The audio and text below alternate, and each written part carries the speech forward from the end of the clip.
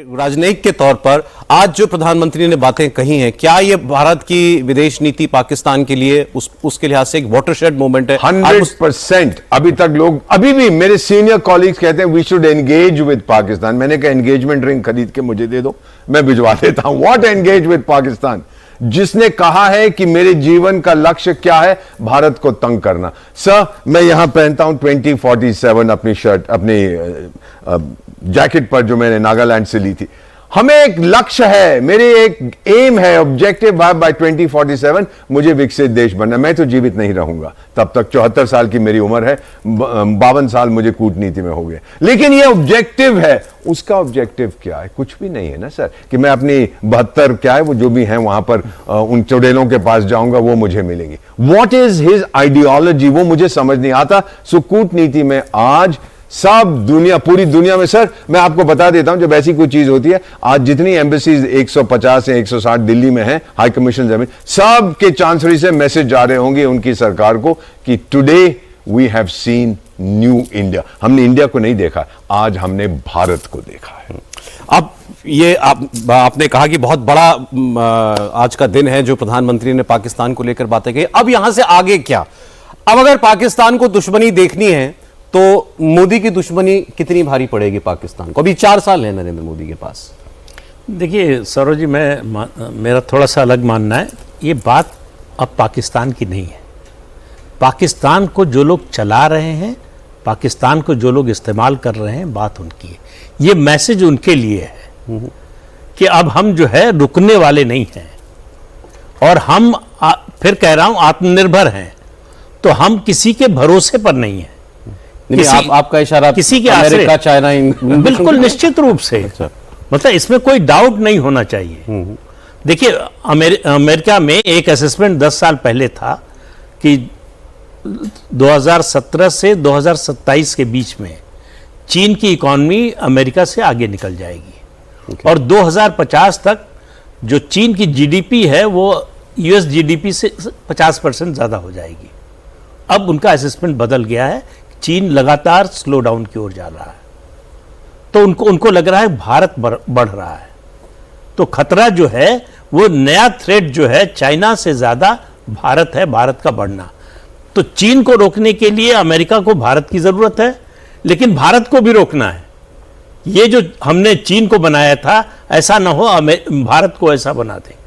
तो भारत ने ये जो ताकत दिखाई, जनरल साहब ने जो बात कही 71 की, बिल्कुल सही है। मैं उसमें 65 को भी जोड़ता हूं कि भारत ने अपनी मिलिट्री पावर, अपनी मिलिट्री माइट जो है दुनिया को दिखाई। लेकिन ये पहला युद्ध था, अगर इसको युद्ध कहें, जो मॉडर्न वॉरफेयर के आधार पर लड़ा गया। वो दोनों लड़ाइयां हमारी ट्रेडिशनल वॉर थी, जो हमने 65 में लड़ी, जो 71 में लड़ी। अब जो है दुनिया जिस तरह से बदल गई है, जिस तरह के हथियारों का इस्तेमाल होने लगा है, पाकिस्तान के पास जो चीन का एयर डिफेंस सिस्टम था, अमेरिका का जो F-16 था, वो सब उसके किसी काम नहीं आया। तुर्की का जो ड्रोन था, कोई एक, मतलब इस तरह का उदाहरण मुझे नहीं लगता, जनरल साहब बताएं, कहीं किसी देश में हुआ हो कि दुश्मन एक भी टारगेट हिट ना कर पाया हो अपने विरोधी पर। देखिए, आपने कहा कि ये सारा मैसेज प्रधानमंत्री का, अमेरिका जिसने जंग रुकवाने का क्रेडिट लिया, उन सब लोगों को जो आतंकवाद के खिलाफ खड़े होने की हिम्मत नहीं कर रहे हैं, या परोक्ष रूप से साथ खड़े हैं। चीन खड़ा ही है। अगर आप विरोध नहीं कर रहे हैं तो आप साथ खड़े हैं। कि अब हम किसी के रोके रुकेंगे नहीं, जो करना है भारत खुद तय करेगा, और हम तय करेंगे कि हमको क्या करना है। ओके, तो सर यहां से आगे का रास्ता क्या दिखता है? सौरभ, ये बिल्कुल वैसा ही केस है कि जब दो पक्ष लड़ते हैं तो उसमें तमाशबीन ज़्यादा होते हैं, उस लड़ाई में हिस्सा कोई नहीं लेता है।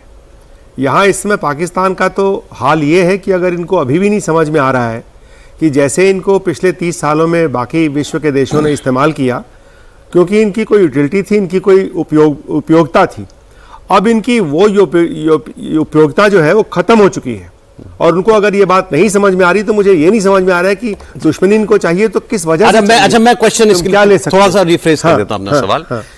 आपका कोई अगर दुश्मन है और अगर हम शांति से रहना चाहते हैं, तो 2 ही तरीके हैं, या तो मैं दुश्मनी खत्म कर दूं, वो मेरे साथ सीधे तरीके से रहने लगे, या मैं दुश्मन को खत्म कर दूं। इस केस में दुश्मनी खत्म करना पॉसिबल नहीं लगता, जी। क्योंकि वो कसम खा के बैठा है वो कयामत तक हमसे दुश्मनी करेगा।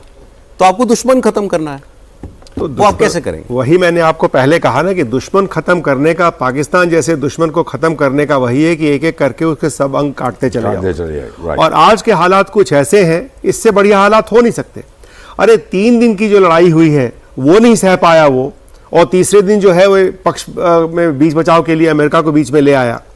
अगर 3 दिन की मार नहीं सह पाया तो आप क्या समझते हैं आने वाले किसी समय में ये उससे ज्यादा मार सह पाएगा? नहीं तो रास्ता लड़ाई है। हमें कुछ नहीं, हमें सिर्फ इतना करना है कि अब इसको बर्बाद होते हुए देखना है, और देखना ऐसे है कि जो इसकी आज प्राइम मिनिस्टर ने मैसेज क्लियर दिया है, ये मैसेज पाकिस्तान के आवाम को है, क्योंकि जो उनके नेता लोग हैं, जो उनकी आर्मी है, उन्होंने तो उसको बर्बादी के कगार पे लाके खड़ा कर ही दिया है।